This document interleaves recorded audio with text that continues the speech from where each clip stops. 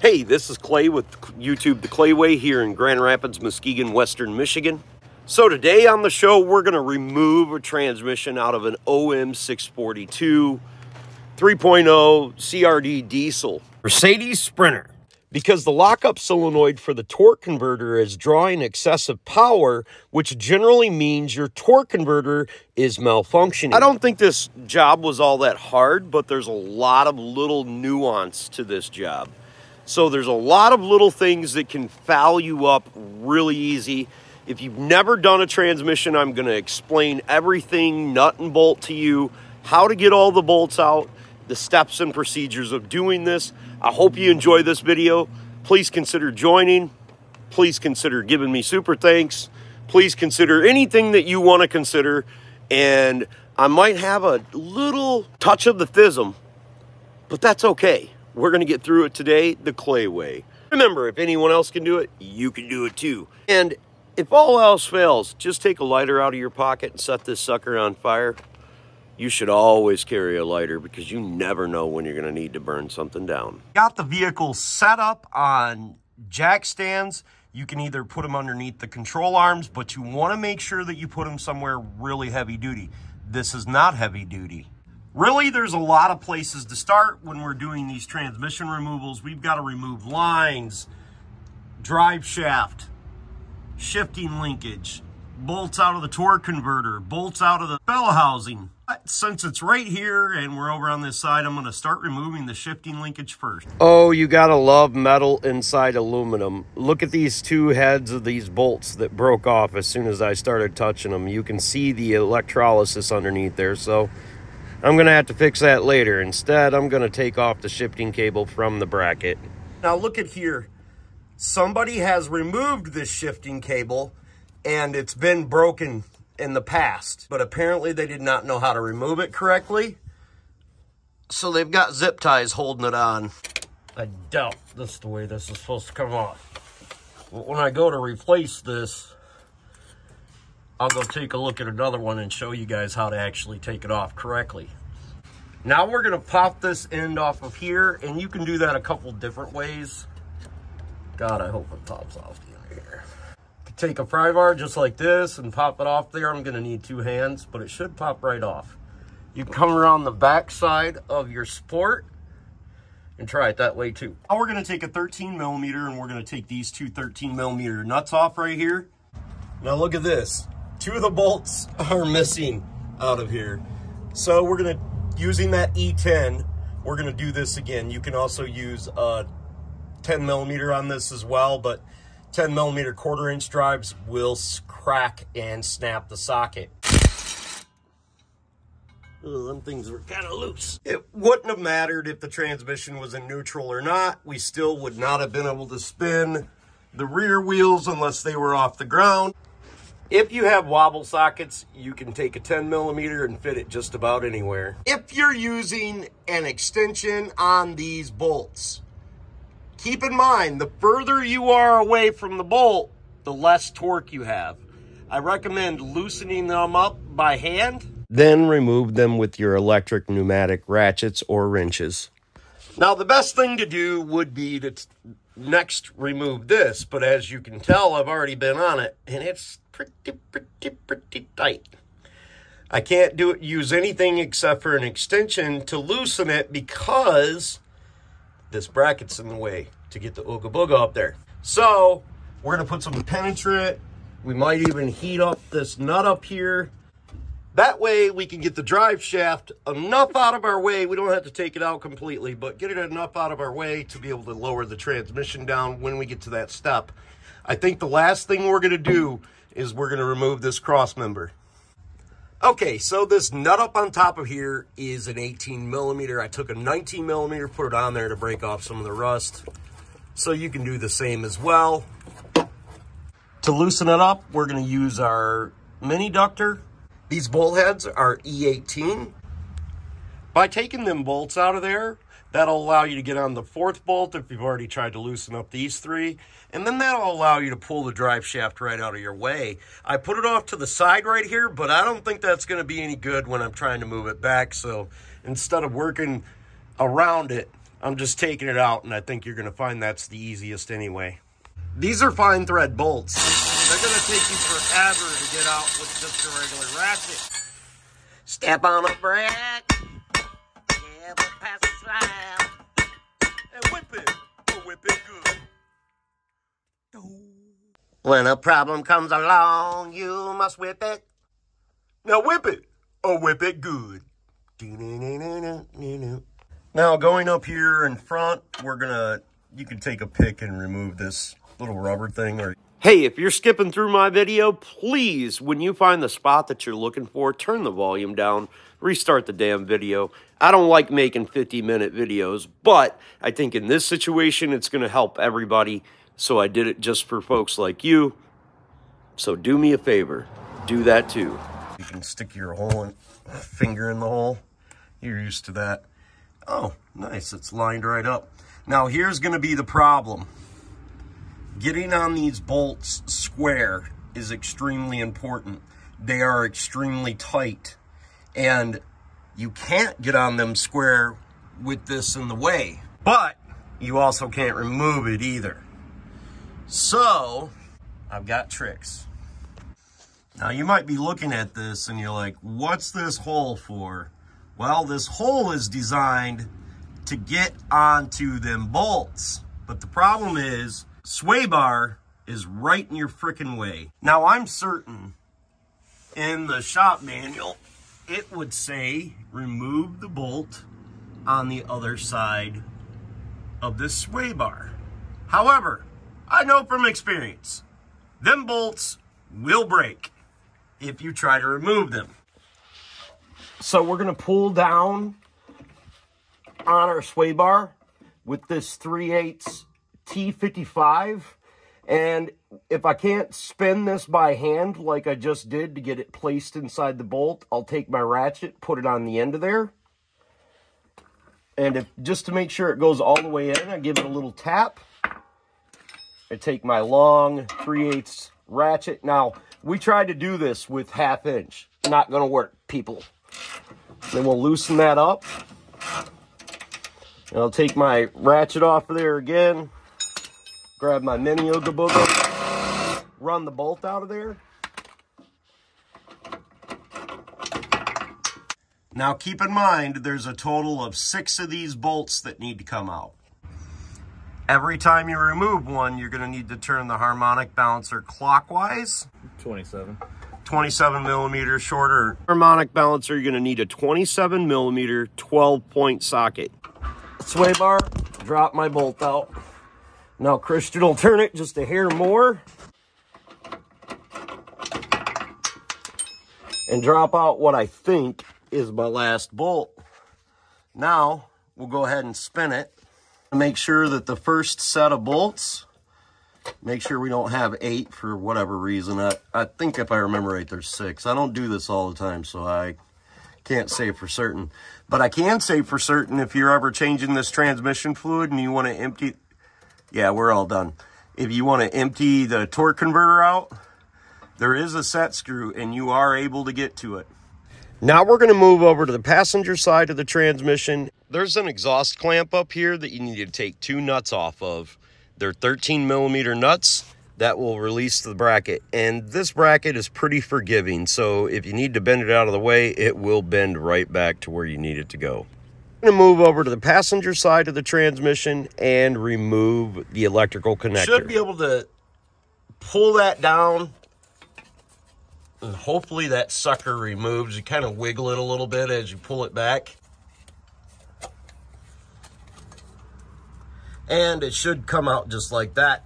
If you've got a bunch of transmission fluid here, that means it's leaking. If it's leaking like that, that means you need to change the female portion of the electrical connector, which means you need to remove the pan, the valve body, all sorts of things to replace that. So it's not fun. Now, the other thing that's over here that we need to disconnect is our dipstick tube. We've got this screw right here. Now we're going to work on the transmission lines. On these transmission lines, there's a couple of ways to do this. You can unscrew this here, but the problem is when you go to screw it back in, If it gets bent at all, it will be impossible to screw in because it's fine thread. The next thing is there's a little plastic cover that goes over the top of this clip. You can pick that clip out of there and remove that there. Or on this side, you could simply cut this and then compression flare it back together. This is where the line goes in right up through here. And yes, you could cut it right in the center of here and splice it back together, which may or may not be the best way to do it. So I'm going to try to remove these clips. But this is going to be a secluded area, so removing that clip is going to be next to impossible. So I may just cut this son of a gun and splice it back together, just to make it quick and easy and painless. The first thing I'm going to do is I'm going to take this E8 off of the top of this right here, and them lines will move freely from one another. Before you remove or you cut any of these lines, make sure you put something down below to catch the fluid. Now up inside here, you're going to see this little clip right here. And you're going to take a pick tool and pull that out if that's the way you're going to do it. In this situation, I'm going to clean the groove out first and then try to pull the clip out for you guys. Now I've got that cleaned out a little bit. Now I can take a pick tool, stick it up in the end of the groove, and push the clip away. Pick up underneath there, I can generally push it away. Do not lose these clips. They're really hard to find at any store. I got one of John's picks out that he uses to find this thing, and I stuck it up underneath there, flicked it up a bit. Now I should be able to pick that clip right out of there. Hopefully I don't lose it, if I can find the hole. I'm gonna put my finger over the top of it. Resist the inner idiot that is telling you to bend this and break it out of here. Grab your pick tool again and pick it from the other side. Do not bend it out of there, pry it out of here, anything like that. If it gets stuck like that, just work it until you get it out gently. Or take your pick and put it on the other side of there and pick it out correctly. I need two hands. First, I picked it out from here, and then I stuck the pick and I reached it over here and picked it out the rest of the way. Now I can remove the line. First, I tried to wiggle it by hand, and then I just took a socket and tapped it, and I can't believe it, but no fluid actually came out. So there's one. Because installation is reverse of removal, I'm gonna take emery cloth and I'm gonna clean around that really good. If you do not clean around where this inserts in there, it will not clip in. It will be impossible and a serious pain in the ass. Take the 19mm fitting out and reinsert your clip. This will help you avoid losing it. You want to make sure any buildup or gunk is removed out of the inside of there. You also want to make sure it's removed out of the grooves here as well. Failure to do so, I guarantee, will result in a frowny face. Nobody wants a frowny face. Make sure that you do not lose this gasket that's on the other side as well. Now, when you go to start this clip, you're going to start it to where it goes into an open space, that little thing right there. Then you just push it down and snap it into place. I'm going to squeeze this clip so it fits in there a little bit better, but this is how it's supposed to fit. You're supposed to see the little tangs throughout each window. Yeah, I knew that thing was a little bit too big. Should look like a little mushroom or a Metroid. Bleep, bleep, bleep, bleep, bleep, bleep, bleep. You should be able to see all three tangs, which will then allow that to hold that and allow you to put your little plastic piece over the top. If you cannot put your plastic piece over the top, then your clip is a little bit too spread apart and needs to be taken out and reinserted correctly, like so. Also down inside here, there's an O-ring down in there. You need to make sure that that's in good condition so it's going to reseal properly. You might not think it at the moment, but this will cause you big problems. So keep this in mind. Now for this side, I quite simply took my 19mm I put it on there, and hopefully I got enough room to move it, but if I don't, I can use a stubby. I'm going to try to twist it out of there. You also may be able to take a 19mm crow's foot and put it on there as well. If this line will not spin, then you might as well just cut it because it's seized up inside there, and you're going to be able to remove it once you actually get the line out of your way. Now with my line out of the way, I'm going to start removing these transmission bell housing bolts. These are really easy to get to. You get them with a long extension from the tail shaft of the transmission almost all the way around, with the exception of these two bolts down here. These are E14 bolts. There are two different length size bolts in the bell housing. They are seriously noticeable, the differences. Two of them have nuts on the back.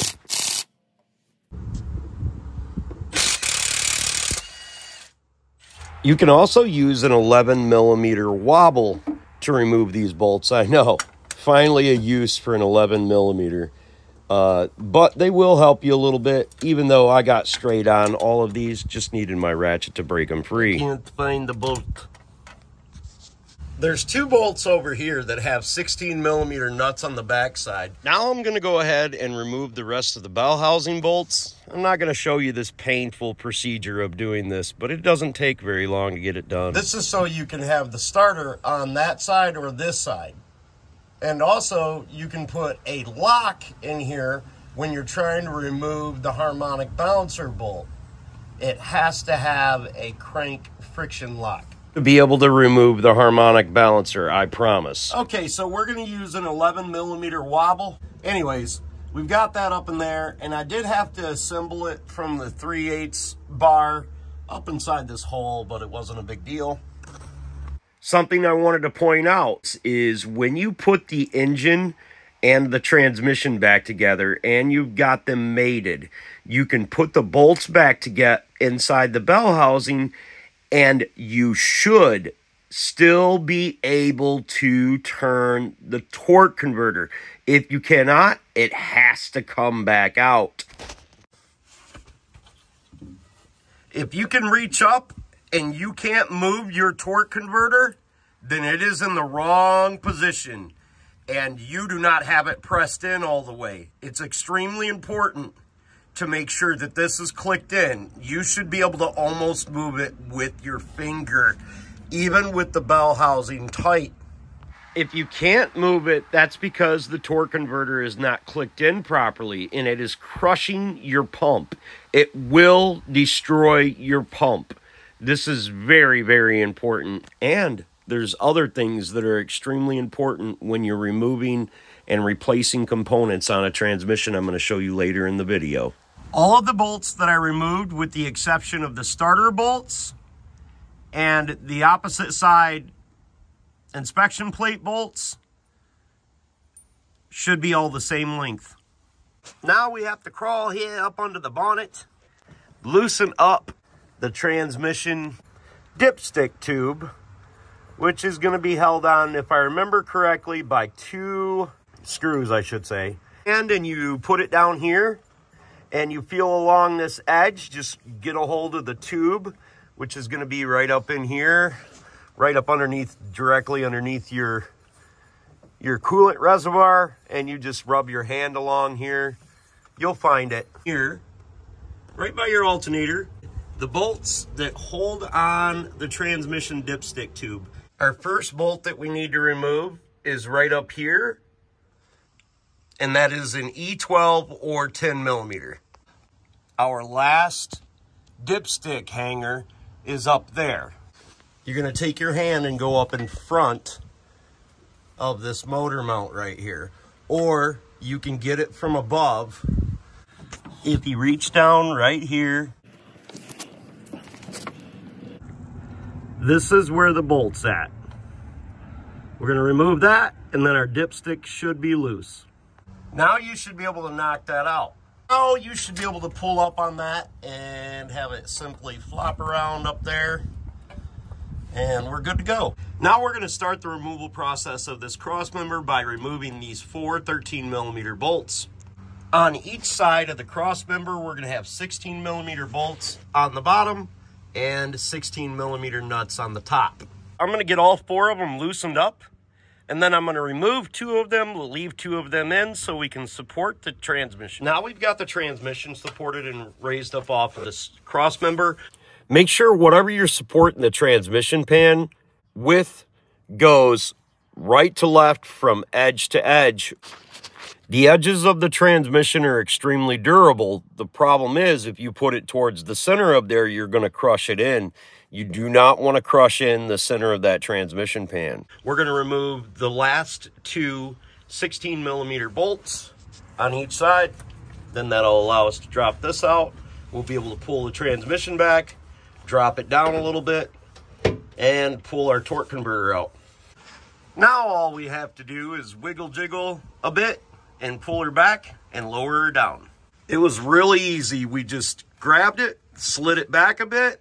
Now we can wiggle it around, and we'll wriggle it around past this, and then we'll lower the jack down. You got it? Yeah, I think that's loose. It's going to be weighted extremely far forward. Yeah, we're going to have to pull it back a bit, but let's not run it off the wood. We're right on the lip of that edge. We're lowering it down, we're on the lip of the edge, and as we lower it down, we bring it back a bit. Yeah, that looked a little bit sketchy. It didn't fall on the ground, but she fell down a bit. So keep that in mind. Holy shit. All right, crap. We're good. We're alive. We're alive. Last time that happened, it was a transfer case out of a Chevy 1-ton truck, and it landed right on my knee because we had a lift. Shit. I couldn't walk for like 3 weeks. This is why you use wood, because now it fell, and we didn't crack the fucking pan. Right? He's got a good point there. What went wrong? Oh, the fucking wheel came off, dude. The damn wheels are falling off my stinking pussy wagon. Oh my goodness. There's the other one right there. So now realistically, I centered it really well according to Christian. I haven't been up there yet, but now all we got to do is take out the torque converter. So whenever you put a transmission back in, after we get this out of here, you're going to want to keep pushing it in the center until it clicks in. You also want to tell reference of the gauging between here and the front. Now, Christian, you can pull that thing out. It's going to have tranny fluid everywhere. But oh yeah, it is. You ready? Yep, go ahead. When you're removing these torque converters, if you pull on them and keep them centered and even, they will come straight off easily. It's just a little bit awkward to try to get it out of that hole right there. Then we set it upside down like that. We'll take it down to the rebuilder and see what happens. Now, before we put our torque converter in, we're going to put 3 quarts of transmission fluid inside it. Trust me, if you've ever put transmission fluid down the dipstick of one of these things, it's not fun. So we'll get most of it in there, even though it does hold 4 quarts. So we need to look at these tangs right here. What we want to do is we want to insert our torque converter onto the transmission where it's going to mesh up with these tangs. Now, down inside the torque converter shaft are a couple of other sets of gears that it needs to mesh with. So when we go to install this, we need to make sure it's completely installed. I cannot reiterate this enough. If you do not install it correctly, you will crush your pump and destroy your transmission and possibly destroy your torque converter as well. This transmission is different than most transmissions. This transmission actually, the torque converter sits into the flywheel pretty well. On other types of transmissions, it won't be like this. You won't even see the torque converter out of the front of the bell housing, but on this one, you do. The center where that hole is at right there, that's called your pilot hole. That mixes with the torque converter and the nipple sticks inside there. If that hole is full of rust, you want to make sure you take some emery cloth, sandpaper, clean that out so your torque converter flows. Once you made up the engine and the transmission together and there's no gap in between there, without the bolts in it, you should be able to take your fingers and spin that torque converter. If you cannot spin that torque converter, you've got it locked up and you need to remove it and make sure your torque converter is all the way up inside your transmission properly. On your pump shaft, transmission shaft, you'll notice there are two sets of gears right there. They need to mate together with your torque converter. Up inside there, you're going to notice some little tangs. Them will mash up with these right here. Sometimes you have to spin this torque converter several times to get it to mate into place. So now we've got that up in here, and it's a little bit hard to do, but I will sit here and move it until it comes in there, and I'll show you when it's locked in and show you the depths of these ears. When you're trying to get it in there, you can take your finger and move this up and down, and then that'll allow you to get it locked in. It should be about this far. I believe it's locked in all the way. I'm going to keep spinning it for a bit. Make sure it's all the way in. All things to watch for as you're installing this transmission and before you put it up into place. Make sure you move the transmission lines out of the way. Make sure nothing gets stuck in between the engine and the bow housing, because you do not want to bend these transmission lines at all. They will not go back into place simply. I like my new purse. Oh, you're so cute. Oh, can you touch my penis, please? Gee. Oh, I know you have, you're just so tired of not having any gay stuff to talk to me about. Yay. I do. Gosh darn it. Oh, no! Mr. Bill! Oh, shit. I wonder if it's going to fit underneath there with the transmission on that jack. I don't think it is, because I think that jack is higher than that jack. Yep. Crap. Unless We jack up the vehicle. take the tire off. I'd rather jack up the vehicle just a hair more. Now remember, lift completely with your back. Make sure you do a twisting motion. Take your legs completely out of the equation. Yeah, squat on that like you squat on. It's only funny because it's not true. That's awfully gay. Now we just strap that up like you strap on a strap-on. Yeah, there we go. Keep up with the gay stuff. Raised up a bit more. She's in. Now we're going to set her back down on the jack stand. So when you install your torque converter, you want to install it as square as possible. Unlike he has it, he wants to kind of even that out. It's going to go like that. I just noticed while editing, that is your drain screw for your torque converter. If you go to my Sprinter Everything About Sprinters playlist, you will see an exceptional video on how to get that screw out and how to flush and drain your transmission fluid on a Sprinter. And then you just keep twisting it, and you'll feel it clicking like right there. You want to make sure it doesn't have any more clicks to go. Yep, like that one. Did properly. I think we've got it all the way in there. Let me try to hold the back of it as he pushes on it.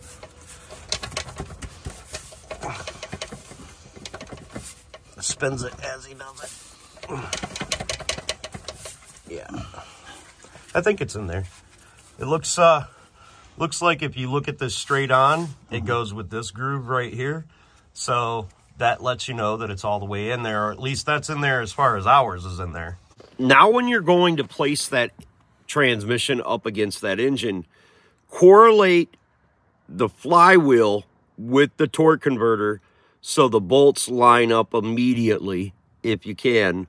Don't forget, like I did, but you should be able to spin that torque converter before you put the bolts into the bell housing. And then you'll have the bolts lined up when you go to start them. I think we're good. Now we're gonna start jacking this up into place, and I should probably be able to start the bolts and do the rest of it all by myself. The only issue with doing it this way is you might break the pin that goes in there. So really, technically, you should be using a drill, a really powerful drill, if you're gonna do it the lazy way. That's okay. You can make it go faster than that. I hope we ain't gonna max out the capacity of that jack. That would suck. No, it's not there. Well, we did max out the capacity or the length of the pussy wagon, so we needed to lower it down, put a jack stand underneath the tail shaft of the transmission. As we did that, throw a piece of wood in there. We're good to go. We're going to start installing it again.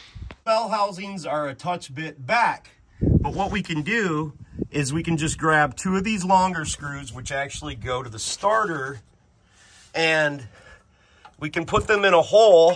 We do not tighten them down. So if you want to be able to line them up, you take a large drip punch like this one, line it up into the two holes, and clock it the way it needs to be. Not everybody's going to have the same setup as I do, so I thought that would be easier for you. We want to make sure that we have one started over here and one on the opposing side. Then that way when it draws it in symmetrically and correctly. We definitely don't want to go too far once we get that bolt started because we don't want to pinch anything. So now we're going to switch over to the other side. Keep in mind while you're doing this, even though I'm showing you somebody helped me do this, you don't need anybody to help you do it. If you have the exact jack that I have from Harbor Freight, I'll try to put that in the shop down there, but don't forget that if anybody else can do it, you can do it too. And I certainly did it by myself one time. Wasn't as fun as doing it with somebody helping me, but I'm sure you can do this job. This is not that complicated. Now I took my punch, and as I inserted it, I wiggled it. Then I took my bolt and I started to thread it into this hole by hand. This is really important. You need to do these things by hand. Do not tighten up the bolts until you have all of the bolts started, because if you do, the last bolt or the last bolt or two will not line up. So you have to start every single bolt before you tighten them up completely. Now here's something to be mindful. Up inside the bell housing, I have a transmission line that is between the bell housing and the engine flex plate. I need to remove that transmission line, but this is why we don't tighten anything up. Now keep in mind that the transmission dipstick tube has a bolt that goes through it to secure it to the bell housing. All you do is put the transmission dipstick tube back into its location and insert the bolt.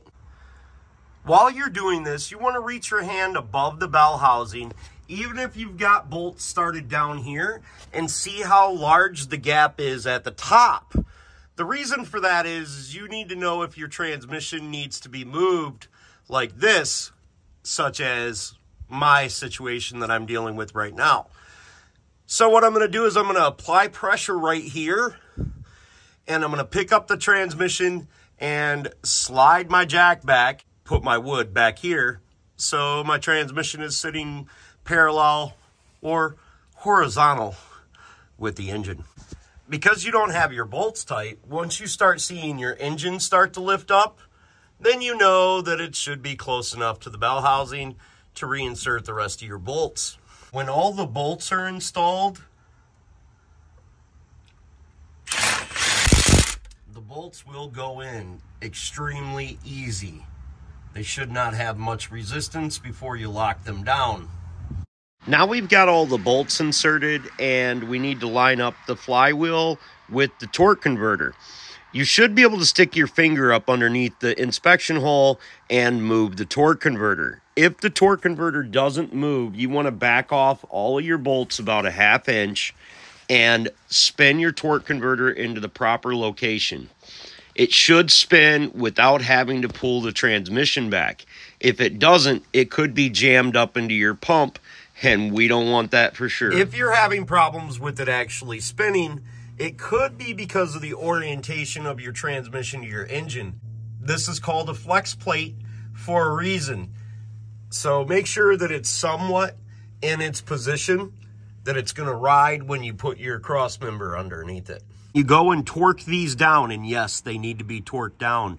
You start all 6 of them before you start torquing them down, and you also must put Loctite on these threads. They will come loose. There are a total of 6 of these.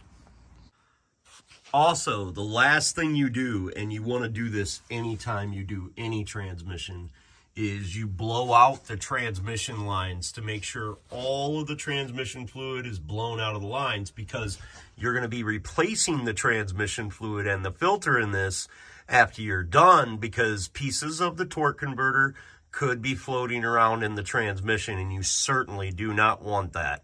It will mess up your new torque converter. If you tried, like I said, to get that lined up closely, all you should need is a drift punch to line up the holes now.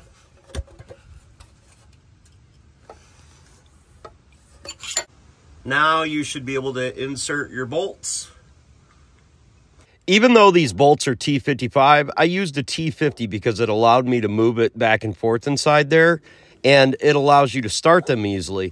This is just a tip to see how it feels. If I was a little bit smarter and not just thinking about gay stuff all the time, I would have marked where, well, never mind. I was going to say I would have marked my torque converter to my flywheel, so I put it back exactly the way it came out. But since I changed my torque converter, there's another instance that I'm not very smart.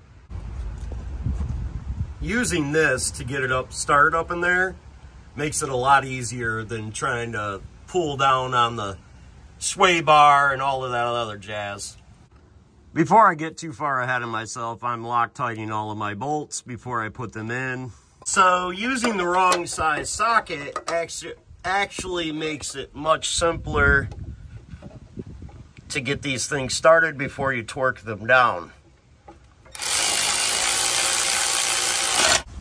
Since this is a 3-step process, I'm going to lean a mirror up down here to see the bolts. So when I'm up front turning the harmonic balancer bolt, I can do it. And since this is a 3-step process, I'm also going to mark the bolts for every step that I do, so I ensure I do it correctly. Here are the torque procedure for these bolts. This is a 3-stage process. Make sure that you go through this process and do them individually. I recommend marking them as you go around and do it. And I will also put this down in the description along with several other things that you should probably read before you attempt this procedure on your own. Now we're getting close to the end of the procedure of installation of this transmission, and I don't believe it's necessary to show you every step, but I am going to show you how to insert these transmission lines so you don't have a hell of a time like I did. If you look at this thing, there is a front and rear. The rounded edge goes towards the front of the vehicle, and the flat edge goes towards the rear of the vehicle. If this got bent while you were fooling with it, bend it back. It's supposed to be straight. I mentioned earlier that we needed to blow out the transmission lines. It doesn't matter which direction you go. All Christian is doing is taking the one line and blowing it out of the other side and down into a bucket. Then we're going to run some brake cleaner through it because it dries really quickly and evaporates. For shifting cable reattachment, I just take some pliers just like this to pop this on here. On the driver's side of the transmission, I'm going to insert the line with it already clicked into the housing. I've tried this several different ways. This was the easiest way. And this is going to make a lot more sense when you're actually down there doing it, because the other side, I do the opposite way. I leave it out and click it in so it's easier to thread. Now, if you're screwing in your transmission lines to the side like I did without clicking them into place, keep in mind that you really couldn't reach your hand up here, so that's going to be the location of movement of where you put it. You shouldn't be able to spin it from this way. You have to spin it from up here. I can't remember the reason that I did it that way, but there was definitely a reason. And what I'm saying is you will not be able to reach your hand all the way around that for it to be orientated properly to going into the transmission. It goes in on an angle. And since I segment these videos, meaning I try to do them as I go, I think I got this a little bit out of sequence, because by this time you should have your your bell housing torque down, your cross member back inside the vehicle. Now we're going to focus on torquing down the torque converter correctly. Hey, that's P. Diddy, not me. We got cocaine in this lotion and Vaseline here. So baby oil. Got all the hose. All right, so we have a 3-step torque procedure that we need to go through. First, it's 4 Newton meters, then it's 30 Newton meters, then it's 90 degrees. Each time I complete one of the steps, I will mark it in a different location. Okay, so the second step is basically 22 foot-pounds, which equals 30 Newton meters.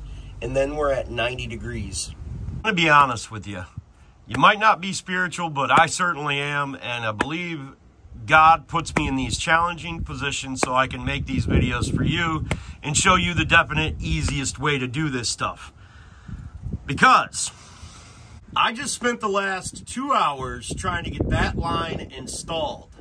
I couldn't get the end off because it had a bunch of rust built up on it, but it would still spin. So I thought, well, we'll just try to put it in here, and I kept trying, and I kept trying, and I kept trying, and I couldn't get the right orientation. These are fine threads, and they're hard as heck to start. Well, so then I pulled the clip out of it a couple times, tried to get the end off, couldn't get it off. Wasn't until I took a hammer and started hitting that sucker really hard did I get it off.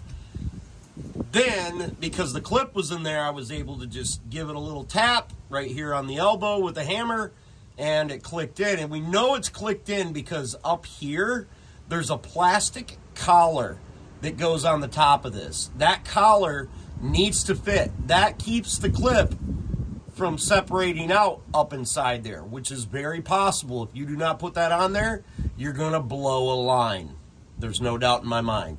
So here on the other side, I've got the end off of it, I've got the clip inserted, and we're gonna reinstall it inside the van and on the transmission.